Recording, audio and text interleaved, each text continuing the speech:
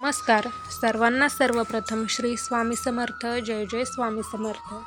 स्वामी भक्तांनो, तुम्हा सर्वांचे आपल्या श्री स्वामी समर्थ या चॅनलमध्ये सहर्ष असे मनापासून स्वागत. स्वामी भक्तांनो, आज आपण कालसर्पदोष म्हणजे नेमकं काय, त्याचबरोबर आपल्याला कालसर्पदोष आहे की नाही हे आपण कसं ओळखायचं, कालसर्पदोष कसा ओळखायचा, हे आपल्या आजच्या या व्हिडिओ थ्रू आपण जाणून घेणार आहोत. त्यामुळे आजचा व्हिडिओ शेवटपर्यंत नक्की पहा. त्याचबरोबर जर कालसर्पदोष असेल तर त्यावरती काही निवारण आहे का, निवारण काय आहे, त्याचबरोबर उपाय जर असतील तर उपाय काय आहेत, हे आपण आपल्या आजच्या या व्हिडिओ थ्रू जाणून घेणार आहोत. त्यामुळे आजचा व्हिडिओ शेवटपर्यंत नक्की पहा. त्याचबरोबर तुमचेही काही असे प्रश्न असतील तर ते कमेंटमध्ये नक्की सांगा. चला तर मग आपल्या आजच्या या व्हिडिओला सुरुवात करूया.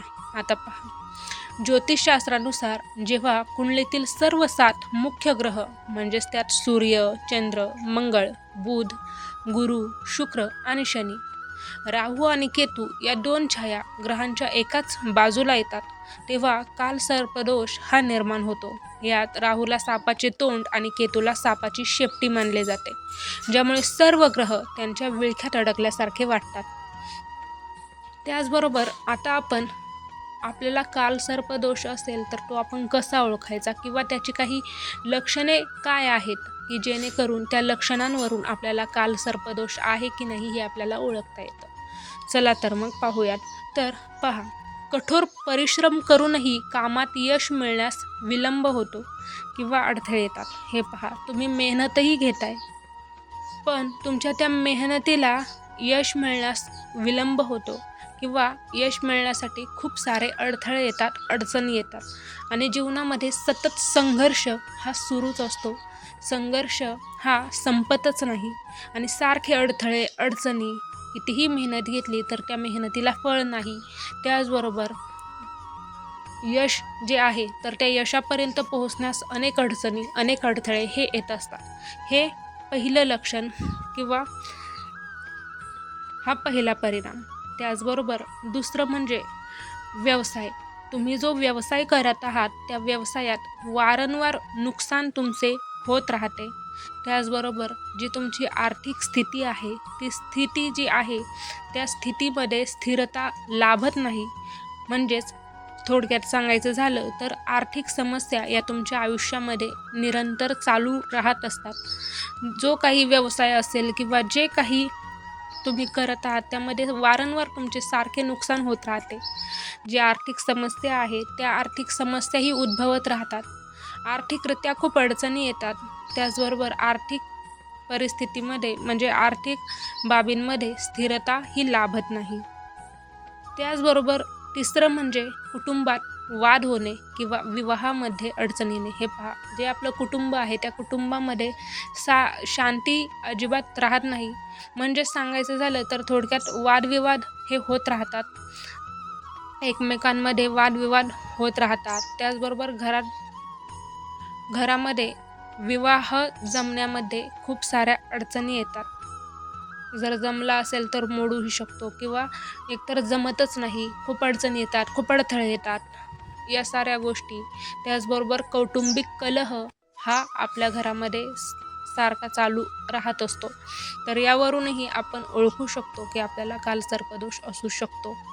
तर त्याचबरोबर चौथं म्हणजे झोपेत वारंवार साप दिसणे. पहा, झोपेत वारंवार साप दिसणे, जसं की साप अंगावर रेंगाळताना दिसणे किंवा साप चावल्याचे आपल्याला स्वप्न पडणे. पहा, जर आपल्याला कालसर्पदोष जर असेल तर झोपेत आपल्याला वारंवार साप हे दिसतात. मग सारखी सापाची स्वप्न पडतात. कधी साप अंगावरती रेंगाळताना दिसतो किंवा साप चावून गेला किंवा साप चावतोय, साप चावला, असं सापाची विविध वेगवेगळी ही स्वप्ने निरनिराळी आपल्याला पडत असतात. तर झोपेत वारंवार साप दिसतो आणि यावरून म्हणजे या सर्व गोष्टींवरून आपल्यालाही कालसर्पदोष असू शकतो हे तुम्ही ओळखू शकता. त्याचबरोबर 5वं म्हणजे मनात सतत भीती राहणे किंवा एकटेपणा जाणवणे. थोडक्यात सांगायचं झालं तर मानसिक अशांती जी आपण म्हणतो ती मानसिक अशांती तुमच्या आयुष्यामध्ये असते, तुमच्या मनामध्ये असते. ही मानसिकरित्या मानसिकरित्या सारखा त्रास जो आहे त्या त्रासाचा सामना तुम्हाला करावा लागतो. मानसिक अशांती असते, खूप मानसिक त्रास होतो, खूपच जास्त. त्याचबरोबर मनामध्ये सतत कोणत्या ना कोणत्या गोष्टीची भीती राहते किंवा एखाद्या गोष्टीची मनात भीती बसली की किती पण काळ ती भीती तशीच राहते किंवा वेगवेगळ्या कारणावरून किंवा कोणत्याही गोष्टीवरून तुमच्या मनामध्ये भीती राहते, मनात सतत भीती राहते. त्याचबरोबर एकटेपणा जाणवतो. तर या गोष्टीवरूनही तुम्ही ओळखू शकता की तुम्हाला कालसर्पदोष असू शकतो. आता आपण कालसर्पदोषाचे प्रकार पाहूयात. तर पहा, कुंडलीतील घरांच्या स्थितीनुसार याचे एकूण 12 प्रकार पडतात. कुंडलीतील घरांच्या स्थितीनुसार कालसर्पदोषाचे 12 प्रकार पडतात. त्यातील पहिला अनंत, दुसरा कुलिक, तिसरा वासुकी, चौथा शंखपाल, पाचवा पद्य, 6 महापद्य, 7वा तक्षक, 8वा कर्कोटक, 9वा शंखनाद, 10वा पातक, 11वा विषाक्त आणि 12वा शेषनाग. तर आता आपण जाणून घेऊयात की कालसर्पदोषाचं काही निवारण करता येतं का किंवा त्याबद्दल काय उपाय आहेत हे आपण पाहूयात. तर पहा की जर कालसर्पदोष असेल तर त्याच्यावरती सर्वप्रथम हा प्रश्न विचारला गेला होता की त्यावरती निवारण असतं का, त्याचबरोबर काही उपाय असतात का. तर हो, उपाय आहेत, निवारणही त्याचं होतं. तर काय पहा की हा दोष केवळ एक ग्रहयोग असून नामस्मरण आणि सेवा केल्यास त्याचे नकारात्मक परिणामही कमी होतात अशी श्रद्धा आहे. आता पहा की तुम्ही मंत्रजप करू शकता. श्री स्वामी समर्थ मंत्राचा नित्य जप जर तुम्ही केला, त्याचबरोबर ओम नमः शिवाय या मंत्राचा जप जर केला तर ते खरंच लाभदायक ठरतं. त्याचबरोबर दुसरं म्हणजे त्र्यंबकेश्वर म्हणजेच नाशिक हे भगवान शिवाचे आणि महाकालाचे स्थान असल्याने तिथे जाऊन आपण जर कालसर्प शांती पूजा केली तर ते अत्यंत फलदायी मानले जाते. त्याचबरोबर तिसरं म्हणजे की नारायण नागबली. आता पहा, तुम्ही हे ऐकूनही असाल की काही विशिष्ट परिस्थितींमध्ये ही पूजा करण्याची ही पद्धत आहे, नारायण नागबली. त्याचबरोबर 5वं म्हणजे कुलदेवतेची सेवा. आपली जी कुलदेवी आहे, जी कुलदेवता आहे, त्या कुलदेवतेची सेवा आपण जर केली तर निश्चितच आपल्या दोषाची तीव्रता जी आहे ती कमी होते. आपल्या कुलदेवतेची आणि स्वामींची सेवा मनोभावे केल्यास दोषाची तीव्रता ही कमी होते. त्याचबरोबर घाबरून न जाता संयमाने आणि भक्तीने आपल्याला या दोषावर मात करता येते. तर स्वामी भक्तांनो, आज आपण अशा प्रकारे कालसर्प दोषाबद्दलची संपूर्ण माहिती पाहिली. तो काय असतो, कसा असतो, तो कसा आपण ओळखायचा जर आपल्याला असेल तर, त्याचबरोबर त्याचे निवारण काय आहे, उपाय काय आहेत, हेही आपण जाणून घेतलं.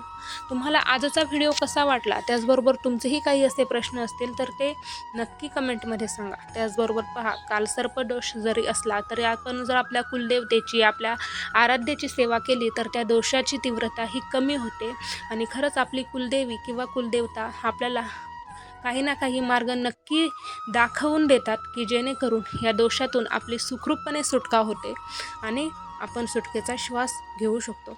चला तर मग भेटूयात पुन्हा एकदा अशाच व्हिडिओमध्ये. तोपर्यंत सर्वांना श्री स्वामी समर्थ. जय जय स्वामी समर्थ. धन्यवाद.